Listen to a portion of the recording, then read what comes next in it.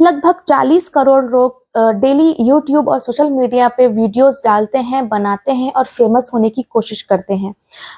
YouTube और social media एक ऐसा प्लेटफॉर्म है जिसने आजकल के युवक युवतियों को और किसी भी उम्र के व्यक्ति को या महिला को ऐसा प्लेटफॉर्म दिया है कि वो अपना टैलेंट या उसको जो भी प्रदर्शन करना है वो प्रदर्शन करके अपना नाम और कुछ पैसे कमा सकता है। ऐसे ही एक फेमस यूट्यूबर है मालती चौहान और उसके पति विष्णु राज। दोनों मिलकर यूट्यूब चैनल चलाया करते हैं और काफी हद तक वो लोग रातों रात कह सकते हैं कि फेमस हुए थे। उन दोनों ने काफी नाम और शोहरत कमाई। अ, उन दोनों की लगभग आज के डेट में करीबन उनके पहले चैनल से 61 लाख के प्लस सब्सक्राइबर थे, जो कि एक बहुत बड़ी बात है एक छोटे से गांव से यूट्यूबर को इतने सब्सक्राइबर कमा लेना। एक दिन ऐसे ही नॉर्मल सब कुछ चल रहा था, वो लोग बहुत नाम और पैसा कमा रहे थे अपने इस टैलेंट और अपने इस चैनल से। किसके साथ भी वो मालती चौहान कोलैब करती थी या वीडियोस बनाती थी, वो भी चमक जाते थे। उनकी वीडियोस काफ़ी ट्रेंडिंग भी हुआ करती थी। बट एक दिन 23 नवंबर के 2023 के आसपास एक दिन अचानक से खबर आती है, वीडियो सामने आती है कि मालती चौहान अब इस दुनिया में नहीं रही, उन्होंने आत्महत्या कर ली है। ये बात सुनते ही उनके फैंस और जो जितने उनको चाहने वाले या उनसे जुड़े हुए लोग हैं, वो भी सोच में पड़ जाते हैं कि मालती को हुआ क्या था, इसके पीछे की सच्चाई क्या है। और कई लोग का ये कहना था कि मालती ने सुसाइड नहीं, उसका मर्डर हुआ है। ऐसी कई वीडियोस और कई क्वेश्चन सामने आने लगे और आज हम इसी पर चर्चा करेंगे कि मालती चौहान के साथ आखिर हुआ क्या और मालती चौहान यूट्यूब में आई कैसे और कैसे उन्होंने अपना इतना नाम कमाया। नमस्कार, मेरा नाम आयशा मेमन थापा है। आज हम बात करने जा रहे हैं मालती चौहान केस के बारे में। मालती चौहान और उसके हस्बैंड विष्णु राज, ये दोनों ये उत्तर प्रदेश के ही एक जिले पंत कबीर के आसपास के एक गांव से बिलोंग करते हैं और उसी के आसपास के गांव से भी मालती बिलोंग करती थी। मालती शादी से 3 साल ही हुए हैं उनकी शादी को और नॉर्मल उनकी शादी चल रही थी। घर भी कुछ खास, ससुराल भी कुछ खास नहीं था, मायका भी कुछ खास नहीं था। Normal middle class, lower middle class type के फैमिली उनका बैकग्राउंड था। इतना सब के बाद जो मालती होती हैं वो एक दिन विष्णु राज से कहती हैं, क्योंकि उन्हें शादी से पहले ही भोजपुरी गाने में डांस करना, गाना गाना, ये सब वीडियोस, कुछ नाटक सा करना उनको शौक था और उनके में टैलेंट था। तो वो कहती हैं कि क्यों ना हम भी कुछ ऐसे वीडियोस, फन वीडियोस या कह सकते हैं कॉमेडी वीडियोस या म्यूजिक वीडियोस बनाकर अपलोड करते हैं। आजकल तो बहुत लोग इसे कर रहे हैं और बहुत लोग चल भी रहे हैं। उसका हस्बैंड भी रेडी हो जाते हैं और वो लोग एक चैनल बनाते हैं विष्णु राज फन के नाम से। और कुछ दिनों के बाद देखते ही देखते उनकी वीडियोस चलने लगती है, वो लोग फेमस होने लगते हैं और देखते ही देखते लोग उनके गांव में उनके गांव को उनके नाम से पहचानने लगते हैं। वो लोग बहुत अच्छा खासा पैसा कमाने लगते हैं। जो उनका घर कच्चा मकान था, वो लोग पैसे कमाकर अपने घर की सही तरीके से घर को बनवाते हैं और घर के बाहर वो लोग एक बहुत अच्छे शब्दों में लिखवाते हैं कि वेलकम टू द, मतलब यूट्यूब फैमिली में आपका स्वागत है, यूट्यूब हाउस में आपका स्वागत है। पिक्चर्स लगवाते हैं, भगवान की मूर्तियां लगवाते हैं, काफी सुंदर सा वो लोग डेकोरेशन अपने घर के बाहर करवाते हैं और लोग ये देखकर उन्हें बहुत पसंद भी करते थे कि ये लोग बहुत अच्छे फन वीडियोस बनाते हैं, हस्बैंड वाइफ जैसा भी। बट ये होता है कि सोशल मीडिया में बने रहना और अपने फॉलोवर्स को पकड़ रखना बहुत मुश्किल है। अब रोज वो क्या दिखाएं, रोज उनसे क्या जुड़ें, इस वजह से वो लोग एक्ट्स भी किया करते थे। कभी मालती चौहान मरने की एक्टिंग किया करती थी, कभी उनके हस्बैंड जो है वो विष्णु राज जो है वो मरने की एक्टिंग, और ऐसे रोते थे, ऐसे एक्टिंग करते थे मानो सच में कुछ घटना घट गई हो। कुछ लोग उसकी सराहना भी करते थे, कुछ लोग निंदा भी करते थे, मगर वो लोग किसी तरीके से अपने फॉलोअर्स को बनाए रखना चाहते थे। कुछ नया कंटेंट जो उनको देना था, उसके लिए वो लोग कहते हैं बहुत मेहनत किया करते थे। उन्होंने एक स्टूडियो भी बनाया था अपने पैसों से। इस तरीके से एक जिंदगी अच्छी चल रही थी। करीबन 1.5 साल पहले उनको एक प्यारा सा बेटा होता है जिसका नाम वो लोग युवराज रखते हैं।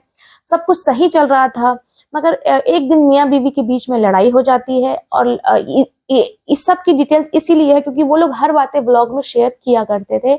तो मियाँ बीवी की लड़ाई हो जाती है और विष्णु राज कहता है कि अब तुम्हें जितने भी वीडियोस जो भी बनाना है तुम मेरे चैनल से नहीं बनाओगी, तुम्हें जो करना है तुम करो। तो इस बात का बुरा मालती चौहान को लगता है क्योंकि उसने बहुत मेहनत की थी इस चैनल को आगे बढ़ाने में। तो वो कहती है ठीक है मैं अपना एक नया चैनल बनाऊंगी, और वो फिर मालती चौहान फन के नाम से एक अपना नया चैनल बनाती है और कुछ ही महीनों में उसमें भी करीबन 5-6 लाख के सब्सक्राइबर आज के डेट में हैं। और वो उसमें लगातार व्लॉग्स, वीडियोस, बातें किया करती थी, म्यूजिक वीडियोस, जो भी उसके अंदर कंटेंट था वो दिया करती थी। उसने कुछ दिन बाद उसके बेटे के ही नाम से एक और वीडियो चैनल बनाया, युवराज फन के नाम से भी उन्होंने चैनल बनाया, वो भी अच्छा खासा चल रहा था। सब कुछ लड़ाई होती थी बट फिर भी सब कुछ किसी तरीके से ठीक ही चल रहा था। वो लोगों ने न्यू फोर व्हीलर ले ली, 2 व्हीलर ले ली, वो लोगों ने बहुत कुछ कमा के जमा करने भी लगे थे। लाइफ अच्छी और उनका एक सेट हो गया था कि अब ये प्लेटफॉर्म उनके लिए सेट हो चुका है। मगर इसी बीच उनके साथ लगातार एक व्यक्ति काम करता था, अरुण। उस व्यक्ति के साथ उनका भाई बहन का रिश्ता था। भाई बहन का रिश्ता इसलिए था क्योंकि व्लॉग में उन्होंने शेयर किया था कि वो लोग मुंह बोले राखी भाई बहन हैं, क्योंकि उन्होंने एक राखी के व्लॉग में उन्हें राखी बांधी थी। इस भाई बहन के रिश्ते के बीच में शायद उन दोनों के मन में अपने एक दूसरे के लिए कुछ अलग तरीके की फीलिंग्स आने लगी थी। इस बात की भनक उसके पति को हल्की हल्की होने लगी और कहीं पर जाके इस बात की वाद विवाद, वो कई व्लॉग्स में रोती भी थी मालती कि मेरे पति मुझे बहुत मारते हैं, मैं क्या करूं, मुझे बहुत परेशान करते हैं, मुझ पर शक करते हैं। इस तरीके के उसने कई व्लॉग्स बनाए और कई लोगों ने उसका साथ दिया, कई लोगों ने उसे समझाने की कोशिश भी की। ऐसे ही एक दिन लड़ाई झगड़े में मालती चौहान जाके पुलिस थाने में केस कर देती है अपने पति के खिलाफ। उन दोनों के ऊपर 191 चार्ज लगता है कि शांति भंग कर रहे हैं। इस तरीके के चार्जेस में उन्हें समझा के चेतावनी दे के छोड़ दिया जाता है। छोड़ने के बाद कुछ दिन तो शांत रहते हैं, मगर इस बात का जो असर था विष्णु राज के दिमाग में था और वो कहता है कि अगर तुम इस लड़के से सच में अगर चाहती हो उसे शादी करना तो एक काम करते हैं, तुम मुझे बताओ, मैं तुम्हारी शादी करा देता हूँ। और सच में उसने एक खेल जैसा रचा, एक गेम जैसा खेला अपनी वाइफ के साथ। और वो रात के 11:30-12 बजे उस दिन उसे मंदिर में ले गया। ये करीबन नवंबर के स्टार्टिंग के दिनों की बात है, 9 नवंबर की बात है। उसे मंदिर में लेकर उन्होंने जो फिल्मी तरीके से शादी होती है कि बस सिंदूर डाल दिया, लो अब ये तुम्हारी हुई, इस तरह के डायलॉग्स के साथ उन्होंने प्रॉपर ब्लॉग शूट किया। वो सिंदूर भी नहीं, कुछ गुलाल जैसा उसके माथे पर लगवा दिया और उसे उसके साथ भेज दिया और तुम इसे भी ले जाओ और मेरे बेटे को भी अपने साथ ले जाओ। और वो दोनों वहां से चले जाते हैं। करीबन 1 से 2 दिन के बाद वो लड़का वहां से फरार गायब हो जाता है उसे छोड़कर, और महज 24 घंटे भी नहीं हुए थे और मालती को लगता है कि उससे बहुत बड़ी गलती हो गई है, उसे ऐसा नहीं करना चाहिए था। इस फेक या फिल्मी शादी के बाद लोगों ने बहुत क्रिटिसाइज करना चालू कर दिया मालती को। उस पर कई वीडियोस भी बनी कि उसने ऐसा किया, उसने अपने पति को छोड़ दिया, उसने अपने बच्चे के भविष्य के बारे में नहीं सोचा, उसने अपने मुंह भोले भाई के साथ इस तरीके का कृत्य किया, वगैरह वगैरह वीडियोस उसके ऊपर लगातार बन रहे थे। कुछ लोग समर्थन भी कर रहे थे, कुछ लोग जानना चाहते थे, कुछ लोग सिर्फ केवल व्यूज के लिए इस तरीके के वीडियोस उसके ऊपर बना रहे थे। इस सबको देखते हुए मालती ने एक वीडियो बनाया था कि मालती चौहान को बदनाम करना बंद कीजिए, और उस व्लॉग में उसने शेयर किया था कि वो किस तरीके से फंस चुकी है। वो बार बार इस तरफ भी इशारा कर रही थी इस व्लॉग के जरिए कि उसके पति भी उसे धोखा दे रहे हैं। वो पंखे की तरफ जिस तरीके से उसने फांसी लगाई है, तो अब हम रिलेट कर पा रहे हैं। वो पंखे की तरफ बार बार इशारा कर रही थी और कह रही थी मैं अब थक चुकी हूँ, मुझसे अब नहीं होता।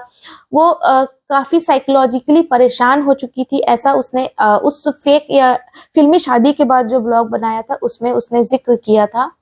कुछ दिन ऐसे ही बीतने के बाद जब उसे एहसास होता है कि जिसके लिए जो भी हुआ ये गलत हुआ, तो वो अपने पिता के घर जाती है और वो उसके पिता उसे उसके ससुराल छोड़ देते हैं। वो इसका व्लॉग भी बनाती है कि अब मैं जा रही हूँ, मैं अपने ससुराल जा रही हूँ। 22 नवंबर की ये बात होती है। वहां जाने के बाद उनके साथ कुछ तो वाद विवाद होता है मियाँ बीवी में।